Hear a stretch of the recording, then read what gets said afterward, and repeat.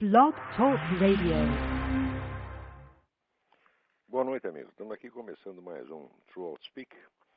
E a ideia hoje é dar um pouco mais de atenção aos e-mails e deixar as notícias para o fim, porque os e-mails têm sido prejudicados, né? O número deles já ultrapassa a nossa capacidade de resposta. E se a gente deixa para o fim, acabamos respondendo aos 2 ou 3 e fica uma multidão esperando. Temos aqui um e-mail do Jorge Marinone, que cita aqui um livro de João Roberto Martins Filho, A Educação dos Golpistas, Cultura Militar, Influência Francesa e o Golpe de 1964, publicado pela Universidade Federal de São Carlos. E neste livro o autor dá um esquema, um resumo das etapas do processo revolucionário. E então o Jorge me pergunta em qual dessas etapas estaríamos. Eu vou ler aqui o trecho do livro que dá as etapas e depois dou a resposta. Então diz aqui o autor, João Roberto Martins Filho, a primeira etapa seria da preparação cautelosa do terreno que se pretende conquistar, ou seja, a população. Nessa etapa, os militantes agem sem declarar seus objetivos. A segunda fase se expressa na constituição de uma rede de organizações subversivas controladas pelos militantes. Nesse estágio, formam-se bases que subvertem a capacidade de ação governamental. Surgem as manifestações, tumultos e atos de sabotagem. A terceira etapa marca-se pela constituição de grupos armados que iniciam ações de maior escala, destinadas a corroer os poderes constituídos. É a fase do terrorismo como principal método de ação. A penúltima etapa é a do estabelecimento de zonas liberadas ou bases de apoio, onde o exército regular não consegue mais entrar. O passo seguinte é a formação de um governo provisório que procura reconhecimento no exterior. Forma-se, então, um exército regular revolucionário. A quinta etapa é a da conquista do poder numa ofensiva final. É fundamental notar que essas etapas se sucedem muitas vezes sem fronteiras nítidas, pois a fluidez é a principal característica da guerra revolucionária. Muito bem. Dentro dessa sucessão de etapas, é evidente que nós estamos na quarta etapa, que é o estabelecimento de zonas liberadas ou bases de apoio, onde o exército regular não consegue mais entrar. Isso aí nós já temos, evidentemente, essas áreas ocupadas pelo Comando Vermelho, PCC, e agora no Rio Grande, conforme eu mencionei no meu último artigo do Jornal do Brasil, a formação, vamos dizer, de uma zona liberada, entre aspas, ali na parte norte do Rio Grande do Sul, pelo MST. Agora, precisa ver que a situação fica diferente quando você está tentando derrubar um governo ou quando você está num processo revolucionário, vamos dizer, auxiliado, vamos dizer, por um governo revolucionário democraticamente eleito, que é precisamente o caso de agora, foi também o caso de 1964, com o João Goulart. Aí, quando se fala em derrubar o governo, é evidente que o sentido não é diferente do que seria se você tivesse um governo não revolucionário, um governo inimigo. Não é isso? No caso, trata-se não de derrubar o governo federal, mas de derrubar a ordem constituída com a ajuda do governo federal, que é precisamente o que o João Goulart tentou fazer em 63, 64, e agora nós estamos vendo novamente. A coisa fica um pouco camuflada, porque o processo em 1900, naquela época, nos anos 60 e hoje, é totalmente diferente. Quer dizer, nesse ínterim, a esquerda internacional aprendeu muita coisa. Entre outras coisas que ela aprendeu é que se você quer realmente chegar ao poder, você não pode começar por destruir a economia capitalista antes. Ao contrário, você tem que tomar o poder assentado na economia capitalista. Isso Lenin já sabia. Quando você vê, por exemplo, o Hugo Chávez, né, destruindo a economia capitalista, ele está fazendo uma grande burrada, está se precipitando. Quem está seguindo a receita certinha é o Brasil. Quer dizer, você mantém a economia capitalista intacta e você vai derrubando as instituições, a ordem pública, as leis, etc, etc. Mas deixa a economia. A economia é a última coisa que você mexe. De acordo com Karl Marx e Lenin, a destruição da economia capitalista é um processo lento que deve ser prosseguido ao longo de muitas gerações. Sobretudo através, vamos dizer, de 2 mecanismos indiretos, que seria a taxação, quer dizer, você estrangular a burguesia com impostos, e a inflação, que corrói, então, vamos dizer, o poder econômico. Então, nunca Se trata de você tomar o poder, chegar no governo e dizer: acabou o capitalismo, virou tudo propriedade do Estado. Isso aí no Brasil é curioso, como as pessoas não veem o governo fazendo isso, às vezes não existe comunismo nenhum, porque elas imaginam o comunismo é isso, e imaginam porque são ignorantes, evidentemente nunca leram uma linha de Marx nem de Lenin, não tem a menor ideia do que se fala, então julga por estereótipo de almanaque. Então, como não veem essa derrubada imediata do capitalismo, não acreditam que se trata de comunismo. Mas o comunismo mesmo exige exatamente o contrário, exige a criação de um sistema de poder comunista, onde toda possibilidade de oposição é eliminada, ou eliminada à força, ou eliminada mediante ardis, como o PT vem fazendo há mais de 10 anos. E depois, enquanto isso, o processo capitalista continua funcionando, e depois é que você vai mexer na economia.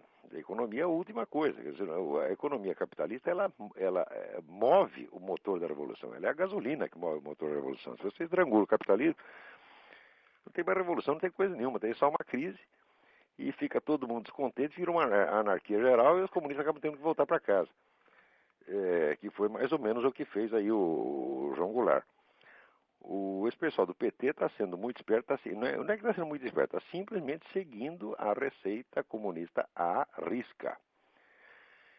Eles deixam a economia capitalista intacta, com a vantagem, aliás, explorada também pelo próprio Lenin, de tranquilizar o investidor estrangeiro, né, na época da famosa NEP, Nova Política Econômica do Lenin. Os embaixadores de Lenin na Europa tratavam de amansar os investidores, dizendo que o novo governo russo não era comunista de maneira nenhuma, que eles tinham usado apenas o pretexto comunista para tomar o poder, mas que na verdade eram pessoas sensatas que iam continuar administrando o capitalismo de maneira racional. O que de fato eles estavam fazendo. Porque o que define o regime comunista não é a mudança econômica em primeiro lugar. O que define o regime comunista é a centralização do poder por meios diretos ou indiretos. Quer dizer, a instalação de uma ditadura primeiro informal e depois formal. E só quando essa ditadura está com todo o poder na mão é que daí começa a se mexer na economia. Agora, como o brasileiro só pensa em dinheiro, ele imagina o comunismo, vamos dizer, só pela estatização dos meios de produção. Imaginando que isso vem em primeiro lugar, quando na verdade vem em último. Espero que isso tenha respondido aí. Agora, quanto às etapas, sem dúvida estamos na quarta, quer dizer, estamos num ponto avançadíssimo da estratégia revolucionária. Muito bem. Vamos ver um outro aqui. Sou ouvinte Moisés Brás. Sou ouvinte assíduo do seu programa Transpeak. Quero parabenizar pelo excelente trabalho de esculacho geral da desintelectualidade brasileira. Muito obrigado. Com relação à China, tenho sérias dúvidas quanto à oposição dos Estados Unidos ao regime. Tudo que é vendido aí no varejo é fabricado na China. O Brasil também está inundado de produtos chineses. É claro que as grandes empresas têm sérias vantagens de produzir lá, enquanto uma fábrica da Nike teria de pagar altos salários para funcionar nos Estados Unidos, na China eles produzem mais e à base de chibatadas ou salários de fome. Se a China fosse um regime aberto e democrático, obviamente teríamos sindicatos ou associações que jamais permitiriam esse tipo de trabalho escravo ou semi-remunerado. Como o regime é ditatorial, ou seja, trabalha ou morre de fome. Assim, o regime comunista é conveniente para as grandes empresas ocidentais, cujo gasto de mão de obra são quase inexistentes, e é conveniente para o alto escalão do regime, que aqui realmente lucra com a enxurrada de exportação. Você tem toda a razão, Moisés. É exatamente isso que está acontecendo. Porque, vamos dizer, essas empresas, às vezes, elas pensam somente nesse interesse imediato e não têm uma visão estratégica de longo prazo. Quer dizer, se for preciso destruir o país para ganhar um pouco de dinheiro agora, fazem isso. Agora, tem algumas que não é bem isso, não é só que elas estão lá por comercialismo. Não.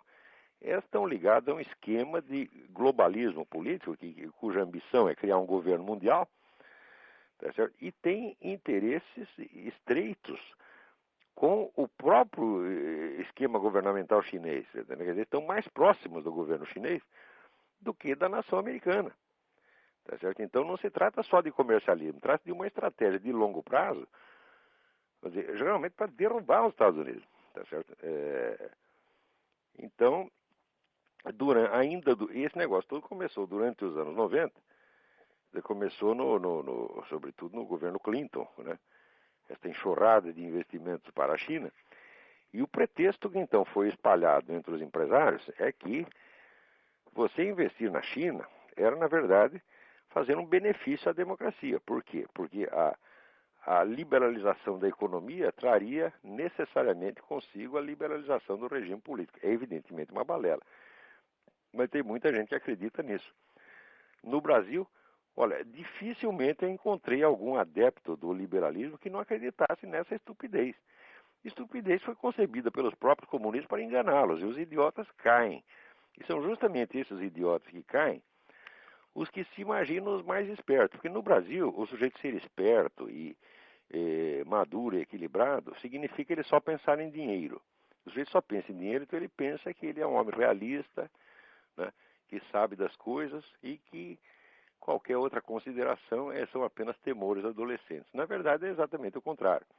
Quer dizer, o indivíduo que analisa tudo a partir da economia e do dinheiro é um idiota perfeito e acredita no poder mágico do dinheiro de transfigurar as instituições, e tudo que vem acontecendo na China prova que é exatamente o contrário. Quer dizer, quanto mais entra dinheiro com o favorecimento americano, entra dinheiro na China, mais poderosos estão lá os generais chineses e mais incontestado é o monopólio do poder pelo Partido Comunista, né? Também precisa ver o seguinte: a riqueza não derruba governo e a pobreza também não derruba governo. Neste sentido, uma pobreza excessiva ou uma crise econômica pode derrubar um governo democrático. Por quê? Porque a população fica insatisfeita e vota na oposição. Tá certo? Ou faz greve ou coisa assim. Mas uma ditadura jamais foi derrubada pela fome, pela miséria. Quanto mais miserável o povo, menos condição ele tem de se organizar e de atuar politicamente. Então, quanto mais pobre, mais fraco, isso é evidente. Se você observar os lugares onde houve revoluções, nunca foram os países que estavam se empobrecendo, mas ao contrário, que estavam enriquecendo. Na França, no final do século XIX, segunda metade do século XVIII, era não só o país mais rico da Europa, mas era o que mais estava crescendo.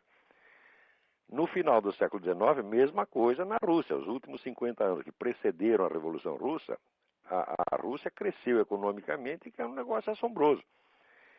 Justamente é este crescimento, vamos dizer, que cria as condições para um processo revolucionário. Quer dizer, primeiro você dá acesso, vamos dizer, à educação, etc., a pessoas que não tinham, antes não tinham. As pessoas estão tendo acesso à educação, mas não tendo acesso ao poder, eu fico revoltado, porque agora, antes era um João Ninguém, agora é o senhor doutor. Então, quer um poder, vamos dizer, equivalente à cultura que ele acha que tem. E essa é uma das muitas causas do processo revolucionário. Mas qualquer que seja o caso, nunca houve uma revolução em um país que estivesse com miséria crescente.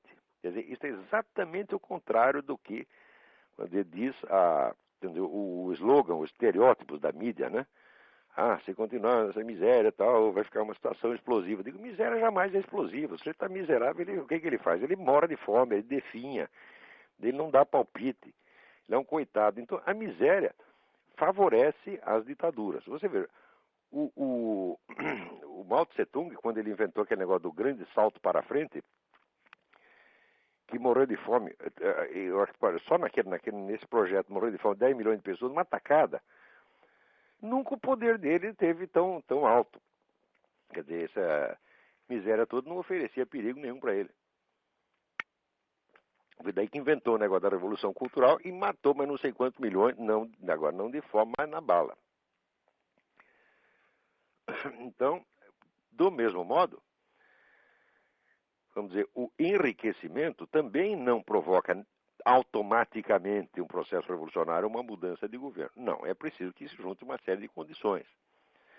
Quer dizer, no caso chinês, por exemplo, o enriquecimento está produzindo de fato uma nova classe de ricos, mas os interesses desses ricos estão estreitamente ligados aos interesses do próprio governo. Cada novo rico que aparece na China é um sócio do governo, então ele não vai se revoltar contra o governo que o está enriquecendo. Quer dizer, o enriquecimento de uma parte da população pode ser um fator revolucionário quando ele joga essa parte da população, quando ele cria nessa parte da população ambições que se opõem ao poder estabelecido. Na China é exatamente o contrário que acontece. Quer dizer, cada chinês que está enchendo os bolsos de dinheiro agora, ele é um parceiro dos generais, então ele quer que os generais fiquem lá eternamente. Então todo esse diagnóstico de que a economia ia mudar a China, tudo isso é uma besteirada.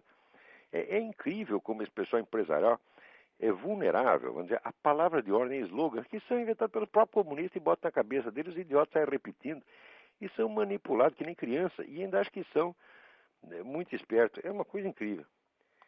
Muito bem, vamos para outro e-mail aqui. Aqui é Henrique Santos. Fui seu aluno em Curitiba, sou aluno da Luciana Mato. Acabei de ler seu artigo O Inimigo é um Só, e como o artigo fala sobre a tensão ideológica provocada pela esquerda nas pessoas e o efeito das ideias religiosas falsas que noteiam o sentimento da fé religiosa do povo, gostaria de ter informação sobre um pensador cristão, o qual escreveu sobre o ateísmo no século XX, que teve um fim trágico, Jacques Maritain, que me parece teve muito envolvido com o espírito moderno da Igreja Católica, apesar de ser um tomista. É muito interessante essa sua pergunta, porque justamente nesse momento eu estou relendo o livro do Gustavo Corsão, O Século do Nada, que é um livro que todo brasileiro deveria ler. Por quê? Porque ele descreve e analisa, vamos dizer, a destruição da Igreja Católica por dentro. Quer dizer, como é que a infiltração e a infiltração comunista e a acomodação, né, dos cardeais, dos teólogos com o comunismo foi destruindo a Igreja ao ponto viram que coisa impressionante. Na última sessão do Concílio Vaticano II, o Papa Paulo VI, ele disse a seguinte frase, ele disse: aqui no concílio a religião do Deus que se fez homem se encontrou com a religião do homem que se fez Deus. E as duas se deram muito bem. Quer dizer, isso é a mesma coisa que dizer que acabou a Igreja Católica. Porque a religião do homem que se fez Deus é o humanismo revolucionário, anticristão. Né? E se isso de repente foi admitido dentro do concílio, quer dizer que a igreja acabou. Né? Esse Paulo VI, para mim, era um idiota completo. Ou talvez fosse um sujeito vendido mesmo, não sei. Mas um papa dizer uma coisa dessa é o fim da picada. Né? Quer dizer, é a declaração de rendição incondicional. Diz, olha, aqui abrimos as portas, abrimos as janelas, abrimos as pernas, abrimos tudo que podia abrir, pode entrar e fazer o que quiser, aqui virou casa de mãe Joana. Na época, o Gustavo Corsão escrevia uns artigos no Globo e mostrava a absurdidade dessas coisas. E, por causa disso, foi muito perseguido ali pela Arquidiocese do Rio, pressionaram para tirar a coluna dele do Globo, foi uma coisa horrorosa. E, no entanto, o homem estava montado na razão. Passado 40 anos, né, o concílio terminou, parece que terminou em 65, passado então agora 42 anos, nós vemos que tudo o que ele disse se consumou, aconteceu mesmo. Tudo aquilo que os iluminados, os cardeais iluminados diziam que aconteceu, não aconteceu. Que aquilo ia ser uma coisa maravilhosa, que a igreja ia progredir muito, ao contrário, a igreja se decompôs, tá entendendo? Os fiéis fugiram para tudo quanto é lado, uns viraram protestantes, outros viraram ateus, outros ficaram loucos, o número de pessoas, vamos dizer, que ficaram loucas. Perderam o prumo na vida por causa desse maldito Concílio Vaticano II, são milhões e milhões e milhões. Pessoas que se voltaram contra a Igreja Católica, pessoas que caíram na mão do Satanás por causa disso, foram empurradas para a mão do Satanás por esses malditos cardeais do Concílio Vaticano II. Muito bem, o guru de todos eles era o Jacques Maritain. Quer dizer, o Jacques Maritain era um sujeito que estava puxando o saco de comunista desde 1936. Você vê, eu vou mostrar só um paralelismo aqui. A coisa mais nojenta do Concílio Vaticano II foi o tal do Pacto de Metz, que foi assinado para obter a presença de alguns bispos ortodoxos biônicos, nomeados pelo governo soviético, bispo ortodoxo russo no concílio. A igreja assinou um acordo secreto que se comprometia a não tocar no assunto comunismo, não fazer críticas ao comunismo durante o concílio. Quer dizer, vendeu o concílio, né? Vendeu o concílio para o governo soviético. Este pacto de Metz depois foi denunciado pelo prefeito da cidade de Metz. Ele disse, olha, eu estava lá, eu vi chegar lá o cardeal Tisserand assinar com os soviéticos esse acordo. A Igreja, o Vaticano, disse que não tinha, desmentiu, que não tinha acordo nenhum. Mentirosos, vagabundos, canalhas, filhos da puta. Por quê? Porque logo depois o acordo foi publicado pela própria imprensa soviética. E hoje, você sabe, está inteiramente confirmado que isso houve mesmo.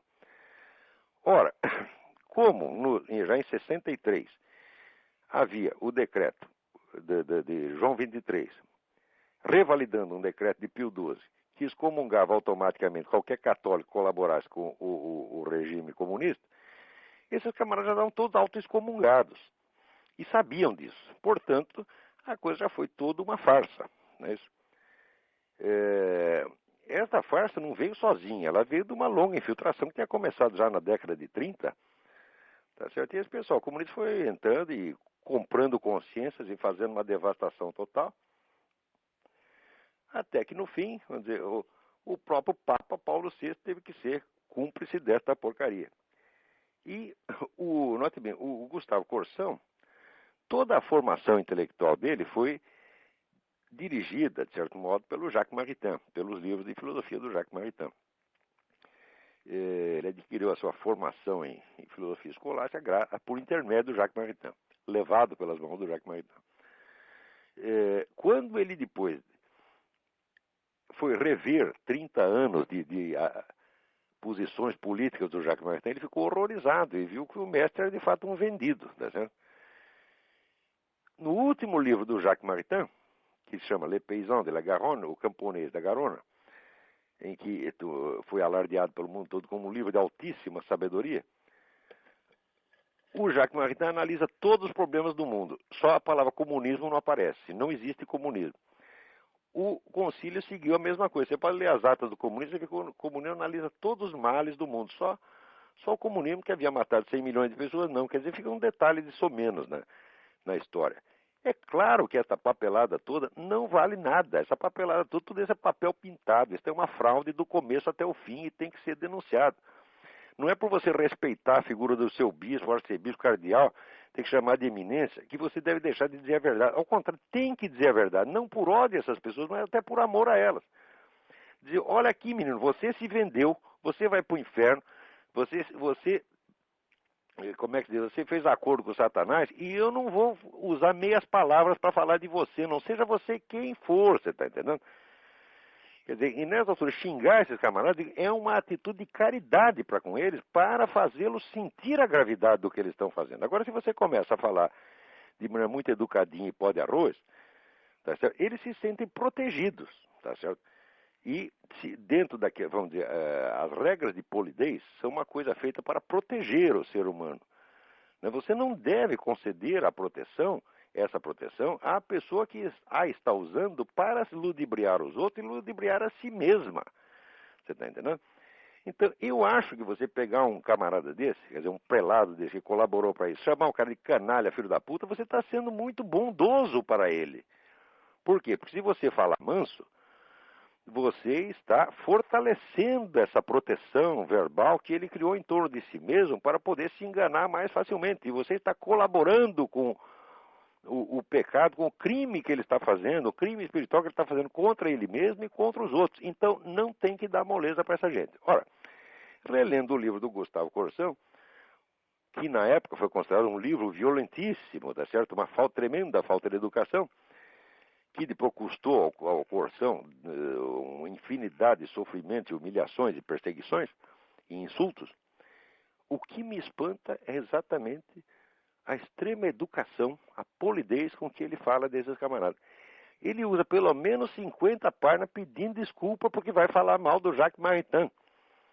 Tá certo? Ora, nesse ponto ele estava até enganado, equivocado intelectualmente, porque ele considera o Jacques Maritain um grande filósofo. O Jacques Maritain não é um grande filósofo sob aspecto nenhum. Ele não tem uma obra filosófica que importe. Ali dentro do movimento escolástico, foi um movimento inaugurado por Leão XIII, cuja orientação básica do Leão XIII era que a igreja deveria se ater mais ou menos, sempre que possível, aos ensinos, mais de perto possível aos ensinamentos de São Tomás de Aquino. Com esta indicação, Leão XIII renovou o interesse pelos estudos escolásticos e criou o chamado movimento neoescolástico. Nesse movimento neoescolástico, os grandes cérebros que tinha lá dentro eram, para o meu gosto, o mais desconhecido de todos, que se chama André Marx. André Marx escreveu 4 livros importantíssimos, quais o primeiro chama Psicologia Reflexiva. Para mim, a coisa é o ápice da filosofia neoescolástica, André Marx.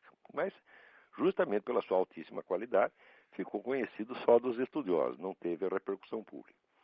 Os outros grandes do movimento foram o Garrigou Lagrange, que foi o guru do Jacques Maritain, que o Jacques Maritain depois, pelo menos na parte política, renegou, né, dizendo, não, o Garrigou Lagrange é da direita. E, para ele, essa era a crítica devastadora. Diz que o negro de direita acabou, não precisa dizer mais nada, né?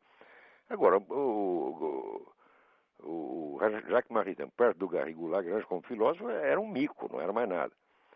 E também outros nomes aqui, grande porte, Joseph Marechal, com o livro O Ponto de Partida da Metafísica, um dos grandes livros de filosofia do século XX, e o melhor expositor de Santo Tomás de Aquino não é um filósofo original, mas é um expositor excelente de primeira ordem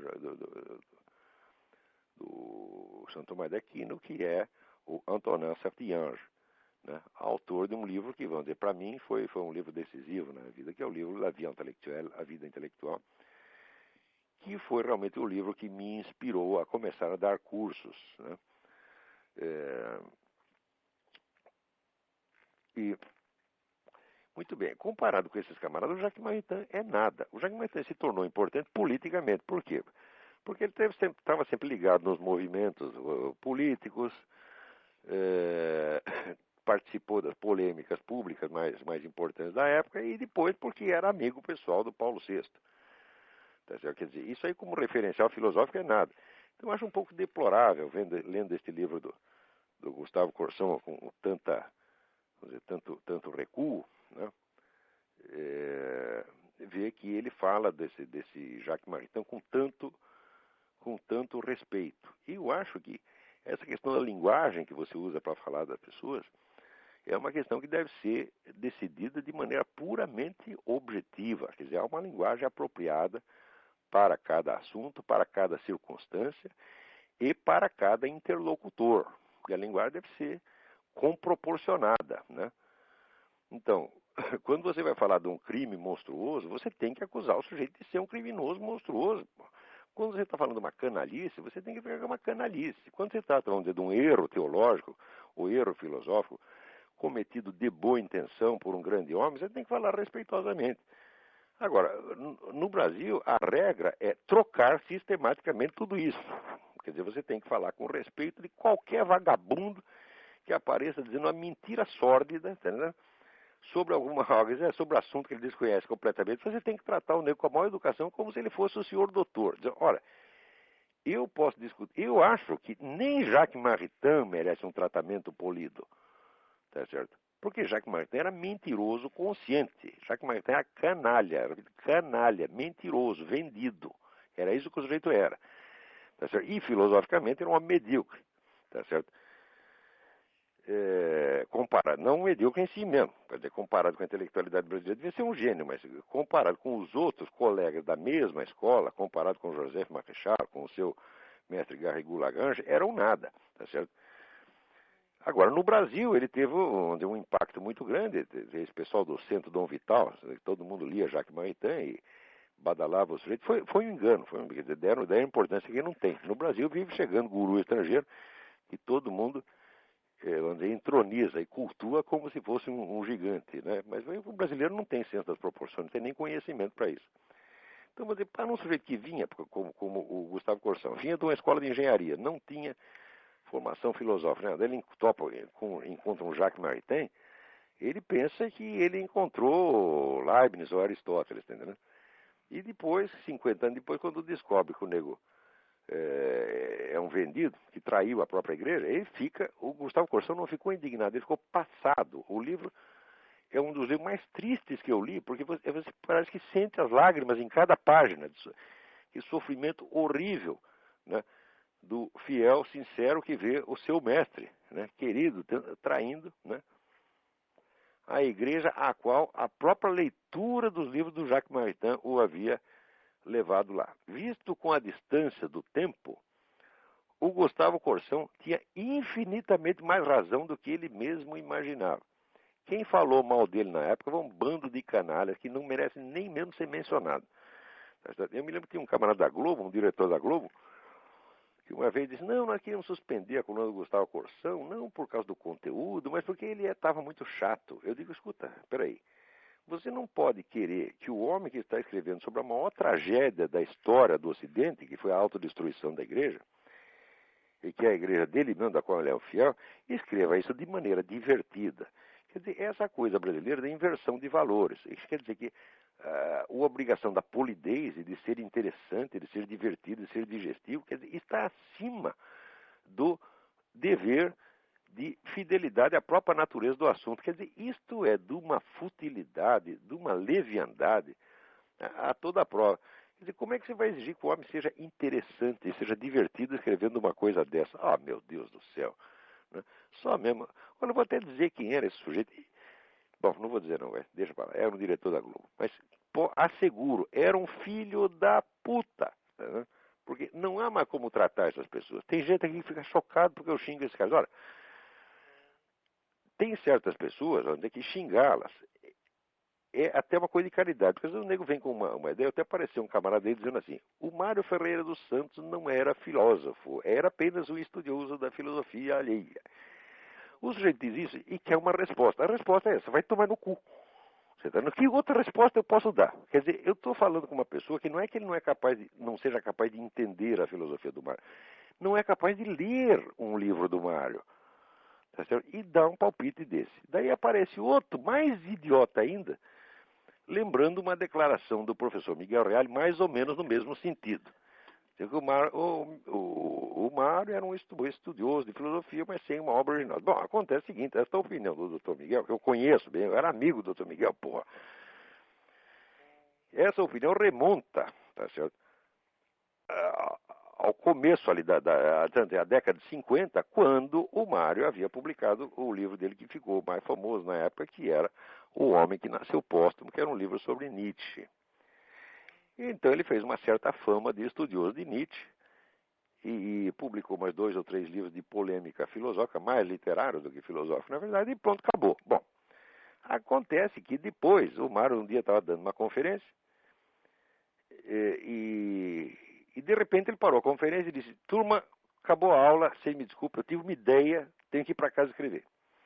E ele foi e escreveu, ficou 16 anos escreveu os 56 volumes do que ele chamou Enciclopédia das Ciências Filosóficas. O Dr. Miguel Reale não leu uma linha dessa Enciclopédia das Ciências Filosóficas. Ele conhece o Mário da fase anterior. Pouquíssima gente leu a Enciclopédia das Ciências Filosóficas. E, mais ainda, vamos dizer, quando leu, não chegou a ler as obras, que era o Coroamento, que era a série final de 10 volumes, que começa com a sabedoria dos princípios, depois a sabedoria da unidade, a sabedoria do ser do nada, a sabedoria das leis eternas, que é a obra magna do homem e um dos cumes do pensamento universal. Ninguém leu isso. Quer dizer, o Dr. Miguel Reale tinha o direito de estar enganado a respeito do cara, porque ele o conheceu numa fase anterior. Mas hoje em dia, depois de tudo que eu informei sobre a Enciclopédia das Ciências Filosóficas, sobretudo a parte inédita, depois de tudo que eu contei, ainda apareceu um nego dizendo uma coisa dessa, só pode ser mesmo um total incapaz. Um sujeito disse, eu não vou discutir, porque se eu for discutir, eu vou ter que humilhar o nego demais, tá entendendo? Eu vou ter que pisar no cara, transformar em bosta, tá entendendo? Então, para não fazer isso com o cara, eu já mando a merda logo, tá entendendo? Eu digo, olha, vai pra casa, moleque, vai chupar prego, não me enche o saco, tá entendendo? Quer dizer, eu posso discutir com gente grande, com gente que tenha alguma retaguarda para discutir, ou pelo menos, se não tem capacidade intelectual, que tenha uma posição pública, que pelo menos seja rico e famoso, poderoso. Agora, um merda, fracassado, coitado, tá entendendo? Então, um subnitrato pó de bosta, vem abrir a boca. Eu não sei nem como consegue falar uma coisa dessa, porra. Eu não posso responder porque seria humilhante demais pro cara. Então, olha, vou te dar um conselho, assim, de conselho de pai, vai a merda. Né? Muito bem, vamos a outro e-mail aqui.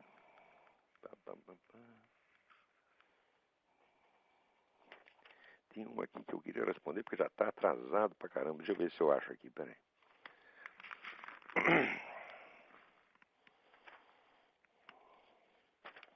Um momentinho, vocês têm um pouco de paciência, porque eu tenho que achar de qualquer jeito.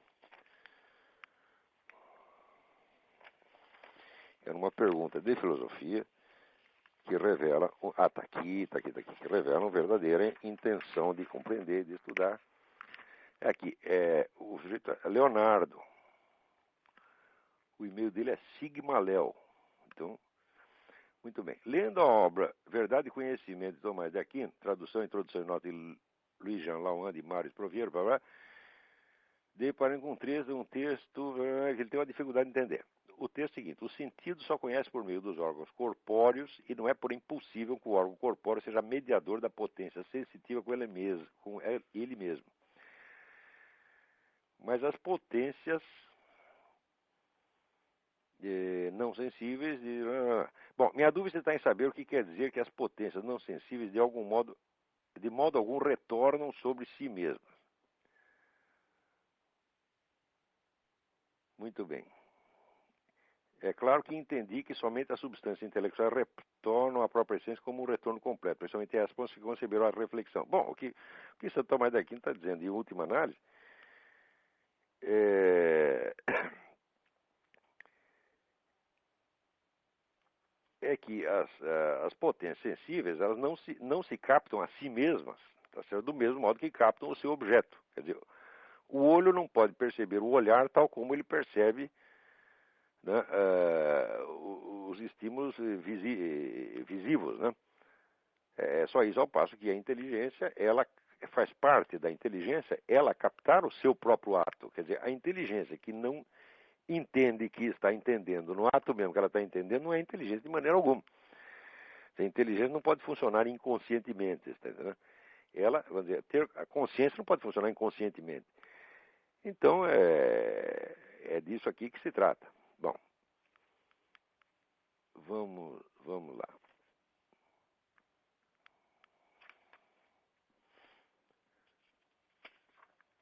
Tem muitas... tem aqui um camarada que me dá uma informação importante. E me lembra que no meu artigo O Inimigo é um Só, eu errei ao atribuir o filme A Religiosa ao Jean-Luc Godard. Na verdade, o filme é do Jacques Rivette, produzido em 1966. É exatamente, Paulo Mello. Muito obrigado, Paulo Mello. É isso mesmo. Quer dizer, o Jean-Luc Godard já tem um currículo de besteira suficiente, eu não precisava ter acrescentado mais esse, né? Ele não tem culpa nenhuma do filme A Religiosa. Eu lembro que o filme, na época, foi assim colocado nas nuvens pela crítica. E o filme é baseado na história do Diderot, que era a história que o Diderot inventou a respeito da freira que estaria presa num convento querendo sair, né, porque ela não tinha vocação religiosa, queria ir embora, os caras não deixavam. Ele inventou essa história e disse que era uma história verdadeira e que ele tinha toda a documentação a respeito. Mais tarde se mostrou que era fraude total. Pior que a prova da fraude veio logo antes desse filme. Quer dizer, o cara que fez o filme, ele sabia que era fraude. Se não sabia, tinha a obrigação de saber. Muito bem. Vamos ver o que temos mais aqui. Ale Costa. Como você analisa o papel do CFR, Council on Foreign Relations? Olha, por um lado, está claro que o CFR é o grande criador dos projetos globalistas, aqui como, por exemplo, é o que eles chamam a comunidade norte-americana, que deveria, idealmente, dissolver as fronteiras entre México, Canadá e Estados Unidos. Quer dizer, já matar esses três países, né? E fazer uma pasta, né, culturalmente indefinida, que então seria, como as outras várias integrações regionais pretendidas, uma etapa para a formação do governo mundial. E eu acho, o pessoal do CFR, tá certo? E eu acho que assim, dinheiro é sempre bom você ter, mas acontece que às vezes muito dinheiro idiotiza, você está entendendo? Porque a pessoa tem tanto dinheiro que começa a achar que é o salvador do mundo, que é o gostosão pode reformar o mundo à sua imagem e semelhança. Eu acho que esses milionários que subsidiam o CFR, eles deviam continuar tratando de ganhar dinheiro, tá entendendo? Continuar tratando de ganhar dinheiro e não se meter em assuntos que estão infinitamente acima da capacidade dele. Porque esses projetos globalistas nos quais estão envolvidos, na verdade, já há quase um século, isto aí só está fazendo mal para o mundo, porra. E mal, às vezes, até para eles mesmos. Né? Então, eu acho, ó, revolucionário, se você ser revolucionário já é uma imbecilidade. Agora, revolucionário milionário, sai de baixo, tá entendendo? Quer dizer, o CFR é essa pleiade de gênios que produz coisas como, por exemplo, o CFR fez uma comissão para estudar as relações entre os Estados Unidos e o Brasil, fornecer sugestões ao governo de Washington sobre as relações com o Brasil. Nomeou chefe desta coisa o Kenneth Maxwell, historiador. E a primeira coisa que o Kenneth Maxwell fez foi fazer um discurso dizendo que não existe o Foro de São Paulo. Quer dizer, quem precisa de um conselho de merda como esse? Era melhor ter ficado quieto. Né? Mas o nego, quando tem dinheiro no bolso, ele acha que é sábio também. Quer dizer, ele vê a conta bancária dele, ele imagina que é QI. Né? E acha que pode resolver todos os problemas. Eu vejo essa gente toda com um desprezo infinito, mas nem sempre a gente pode desprezá-los, porque os efeitos das ações deles, às vezes, são tão gigantescos e tão desastrados, que é um caso da gente chorar e não de desprezá-los. Né? Agora, o que não quer dizer que todo o material publicado pelo CFR seja besteira. Ao contrário, a revista Foreign Relations, que é a revista deles, sai muita coisa interessante também. Por quê? Porque eles pagam uma multidão de estudiosos, tá certo? Para fornecer subsídios para eles. E no meio ali tem uma coisa... tem sempre alguma coisa que preste. Muito bem, vamos outro aqui. Natasha Schmidt, sou presidente do Centro... Não, Natasha Schmidt, exatamente. Sou presidente do Centro Acadêmico Hugo Simas, entidade representativa dos estudantes da Faculdade de Direito da Universidade Federal do Paraná. E pergunto se há alguma possibilidade do senhor vir ao Brasil para proferir uma palestra no Salão Nobre da nossa faculdade, que fica em Curitiba, Paraná. Ora, eu adoraria ir fazer isso aí, mas eu não posso, porque, não sei se você sabe, mas o visto de imprensa, o visto de jornalista, quando você entra aqui com o visto de jornalista, se você viajar, sair, você tem que fazer a papelada toda de novo, a burocracia toda de novo. Né? E eu não posso fazer isso, não posso ficar 3 ou 4 meses sem trabalhar, tá, né? Então, se eu sair, estarei falido. Então, eu tenho que continuar aqui. Eu, de certo modo, sou prisioneiro do tio Sam. Né? Mas eu não posso reclamar isso. Eu estou que nem aqueles camaradas de Guantánamo, você tá entendendo? Eu fico chorando eles ficam chorando de barriga cheia. Eu não. Quando estou de barriga cheia, eu fico rindo. Eles estão lá num hotel 5 estrelas, né? Com toda a assistência possível, comida boa, né? Advogado para tratar deles. Eu não tenho advogado de graça, eu não tenho. Né? Comida boa, comida aqui é boa e barata. Então, eu estou muito satisfeito de estar aqui, mas o fato é que eu não posso sair daqui, tá certo? Cá entre nós, graças a Deus, eu não estou nem um pouco de vontade de sair.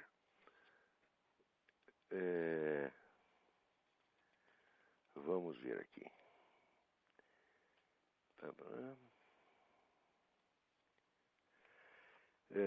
Renata Paraguaçu. Só recentemente tomei contato com o seu Jardim das Aflições, edição 2000.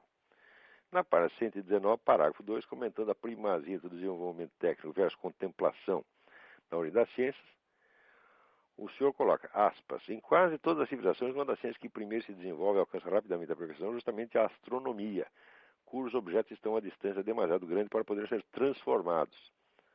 Muito bem. Nesse trecho eu estava contestando uma ideia idiota colocada por um filósofo chamado Jacob Bazarian, um filósofo armênio brasileiro, que aliás é um sujeito muito culto, mas o Bazarian, para dar influência marxista, ele endossa essa besteira de que as ciências nascem, vamos dizer, da praxis econômica. Quer dizer, o sujeito, pela necessidade de transformar a natureza, ele primeiro cria a economia, depois a técnica, depois a ciência. É exatamente o contrário que é verdadeiro. Quer dizer, os conhecimentos intelectualmente mais relevantes, às vezes mais elevados, eles antecedem, né, a técnica, às vezes, de milênios. E, às vezes, tem uma finalidade meramente contemplativa, de ordem espiritual. E a prova disso era que uma das primeiras ciências que aparece, né, em todas as situações é a astronomia, né, cujos objetos não podem ser transformados, não fazem parte do processo econômico, mas são sempre, vamos dizer, objetos de contemplação e de especulação simbólica. Né? Daí pergunta a Renata, o que se fazia então era astronomia ou astrologia? Primeira pergunta. Segunda pergunta, é correto falar em perfeição ao referir-se à observação dos astros feitas antes de Galileu, Kepler e Newton? Duas perguntas são muito interessantes. Primeira pergunta, o que se fazia então astronomia ou astrologia? Bom, a astrologia pressupõe a astronomia. Quer dizer, a astrologia não é nada mais do que uma especulação simbólica em torno do significado de certos dados astronômicos que já têm de estar perfeitamente calculados e descritos antes disso. E se você não é capaz de calcular as posições dos planetas no céu, muito menos você pode interpretá-la. Né? Como é que eu posso dizer para o negro, você tem aí Saturno na casa 10, quadrado com Vênus no raio Coparte, se eu não sei onde está Saturno e Vênus, quer dizer, se eu não tenho meios de calcular, então não tenho meios de interpretar. Então,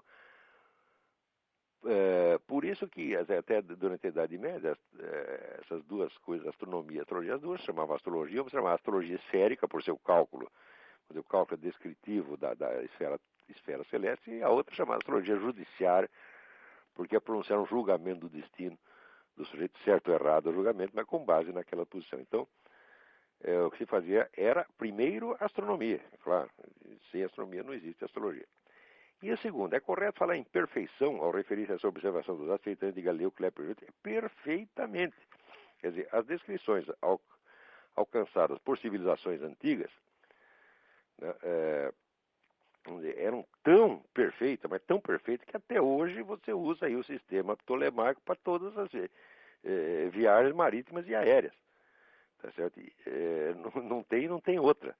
Né? Quer dizer, o que se fez depois de Galileu foi simplesmente sugerir uma mudança do ponto de vista desde o qual se fazia a descrição, adotando então, vamos dizer, o Sol como referência, não a Terra, o que, se você quer saber, não faz, na verdade, a mais mínima diferença, porque qualquer ponto do universo pode ser tomado como centro descritivo. Tá certo? Veja, uma coisa é você dizer que o Sol é o sistema do sistema solar, que de fato ele é o centro do sistema solar. Mas Galileu acreditava que fosse o centro do universo, certo? O que é um erro monumental. Né? E até hoje o pessoal critica a turma da Inquisição porque achou que Galileu estava errado, mas ele estava errado mesmo. Quando você lê o relatório escrito pelo sujeito que examinou o livro do Galileu, que foi São Roberto Bellarmino, São Roberto Bellarmino é um cientista quase tão bom quanto Galileu. E nesse ponto ele está montado na razão. Então, olha, esse cidadão aqui vem nos propor que o Sol está no centro do universo. Não dá para fazer, não dá para saber uma coisa dessa. Então, uma coisa é você sugerir uma nova descrição tomando o Sol como centro. Outra coisa é dizer que ele é o centro do universo. Quer dizer, hoje sabemos que esta afirmação de Galileu que o Sol é o centro do universo é um absurdo total. Nem a Terra é o centro do universo, nem o Sol, tá certo? Agora, a Terra tem esse privilégio de que nós estamos nela. Então, ela é o natural centro de observação para o ser humano. Vamos dizer, todo e qualquer outro centro que você tome como referência é um negócio meramente hipotético. Mas o fato é que nós estamos aqui. E o universo, tal como nós o conhecemos, ele para nós funciona desde esse centro. Então, vamos dizer, a descrição que tomava a descrição geocêntrica, ela não só estava certa matematicamente, ao ponto de poder ser usada até hoje, né, em toda para o cálculo de viagens marítimas e aéreas, mas ela é, vamos dizer, existencialmente adequada, tá certo? Ela só, vamos dizer, ela estava, o erro dela era, se você pensar bem, um erro mínimo. Não, o erro estava apenas na relação da Terra com o Sol. Mas no conjunto funcionava. E Galileu, então, vamos dizer, ele corrigiu um erro pequeno à custa de cometer erros enormes, né? Vamos ver se tem mais alguma coisa aqui. Tá. Bom, então, tem alguém aí esperando para falar. Vamos ver aí. Alô? Alô, Quem está na linha?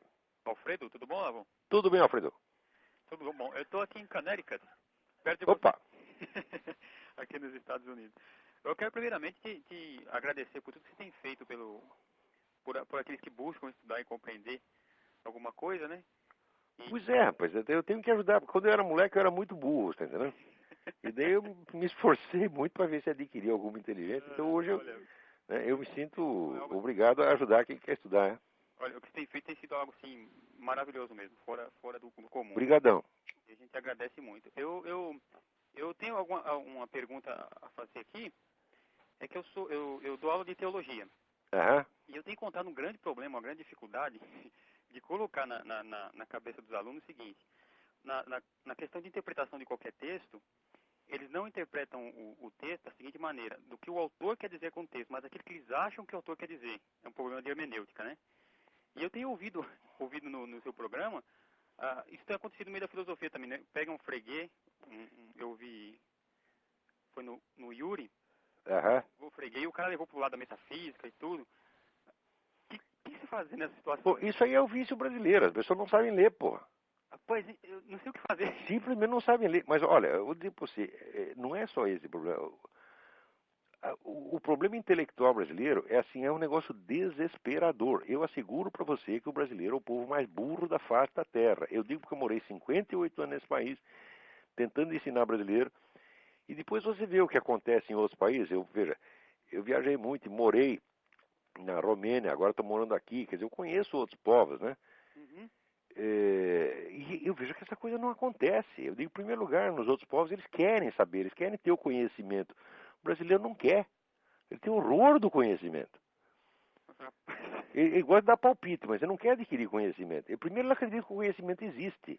Ele acha que é tudo uma questão de opiniões. Quer dizer, o Brasil não chegou ainda ao estágio de civilização no qual você possa falar que existe conhecimento. Quer dizer, é apenas um monte de selvagens perdidos na floresta, dando urros, tá certo? E expressando as suas sensações, dizendo, ai me dói, ai que gostoso. O brasileiro só faz isso, tá certo? Ele está no nível de comunicação de um cachorro. E a leitura que as pessoas fazem são exatamente isso. É uma calamidade, calamidade. Se você me pergunta o que você pode fazer, eu digo, olha, se eu soubesse eu diria.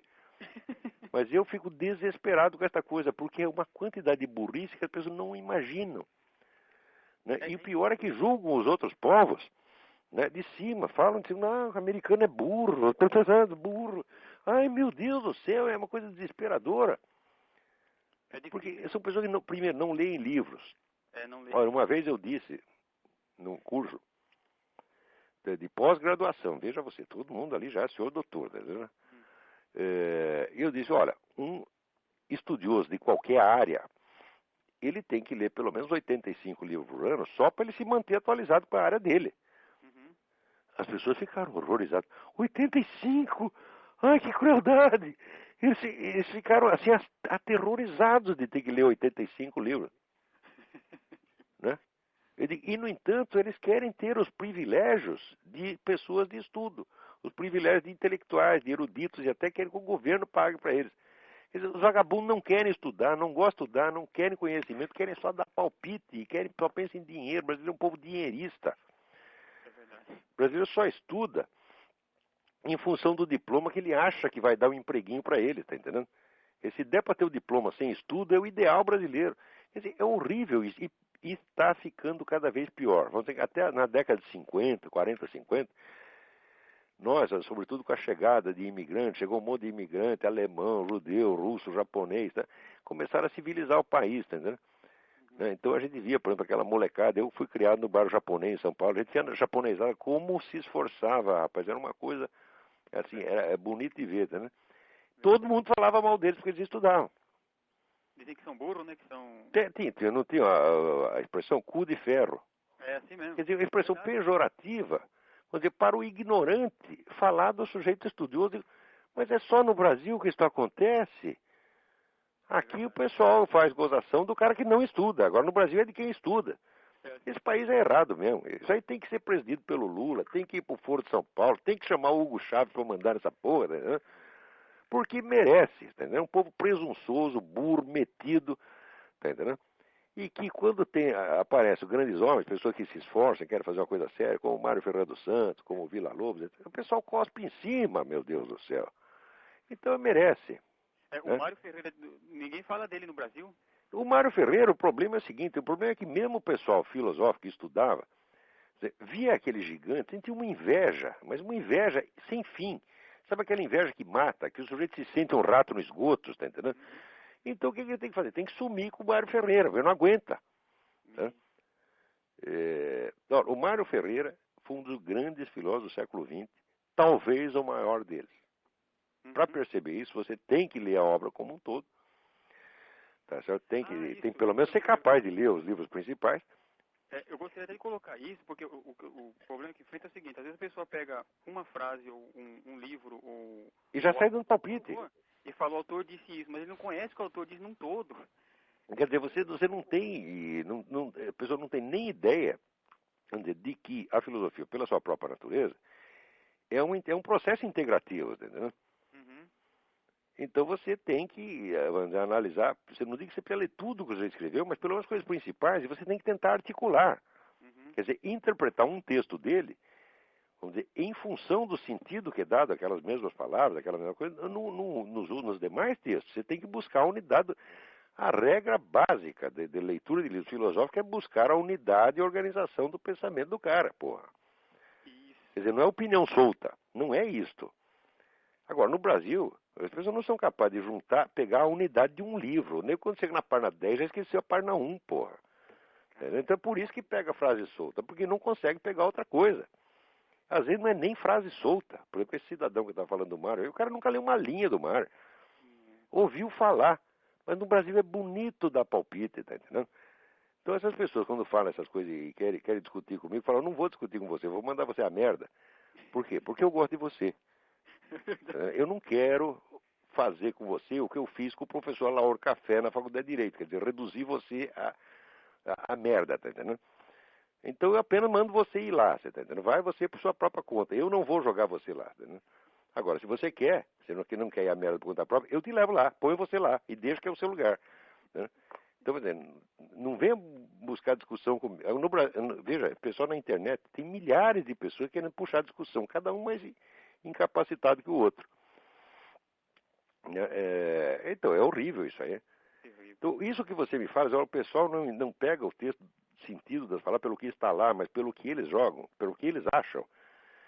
Isto é a regra do Brasil. E enquanto não acabar isto, o país não vai para frente. Com todos os recursos que tem, com essa população imensa. Tá, vamos dizer, é o famoso país do futuro, que é o país do futuro e continuará sendo sempre. E nunca podemos esquecer que o sujeito que escreveu Brasil, o país do futuro, logo em seguida estourou os miolos. Né? Então o Stefan Zweig logo se suicidou. Certo? Então eu acho que isso é uma profecia do futuro do Brasil. Viu? Eu queria perguntar um negócio também. Eu tenho uma coleção aqui de filosofia do Reale e... É do Reale de Anterci, a História da Filosofia. São 3 volumes. Ah, sim, Antiseri, Máximo Antiseri, né? Isso.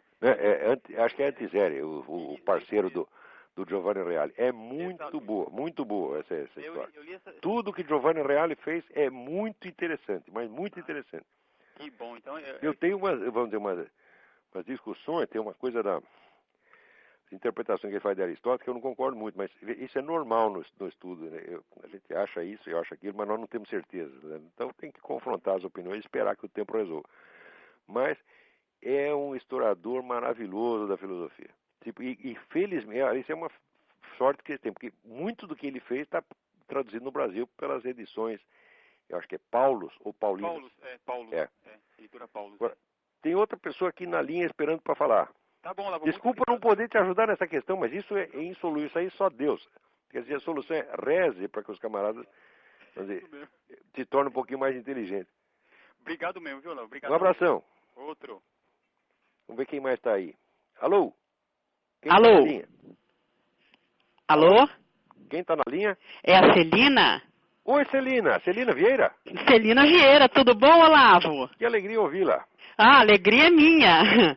Então, Olavo, eu gostaria de abordar aquele tema da Força de Segurança Nacional que está atuando nas fronteiras do estado do Rio, ao invés de cercar as favelas e sufocar o tráfico de armas e de drogas.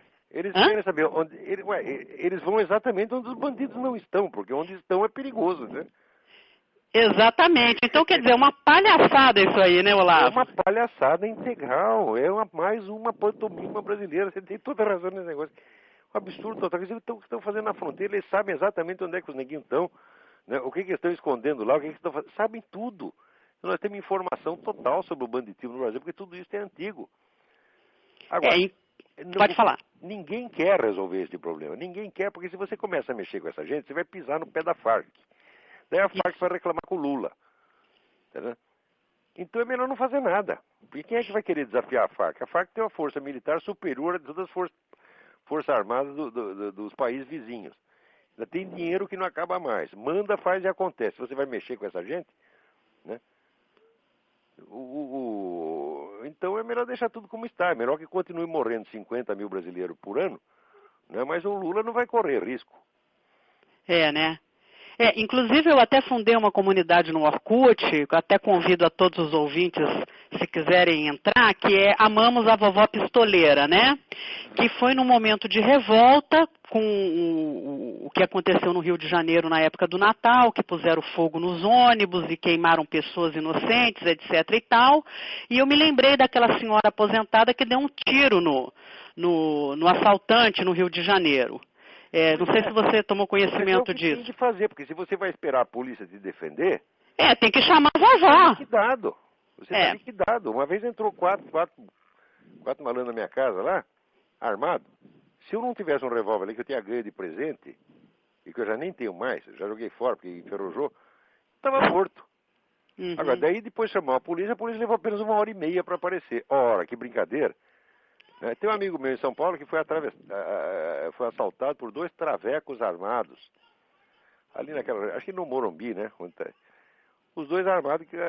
Ele estava armado, passou fogo. Fez muito bem. É o que tinha que fazer. Agora vai esperar a polícia no dia seguinte. E depois de falecido, você não pode chamar a polícia nenhuma, né? Exatamente. Então é isso aí, Olavo. Obrigada. Muito bem. Sucesso. Um beijo. Esse seu site lá. O da Vovó Pistoleira? Isso. Amamos a Vovó Pistoleira. Parabéns, a Vovó Pistoleira. Tá lá no Orkut. Viva a vovó, chama a vovó. Tá bom, eu vou ter que encerrar o programa agora. Acabou o nosso tempo. Muito obrigado a todos e até a semana que vem. Tchau, tchau. Até, tchau.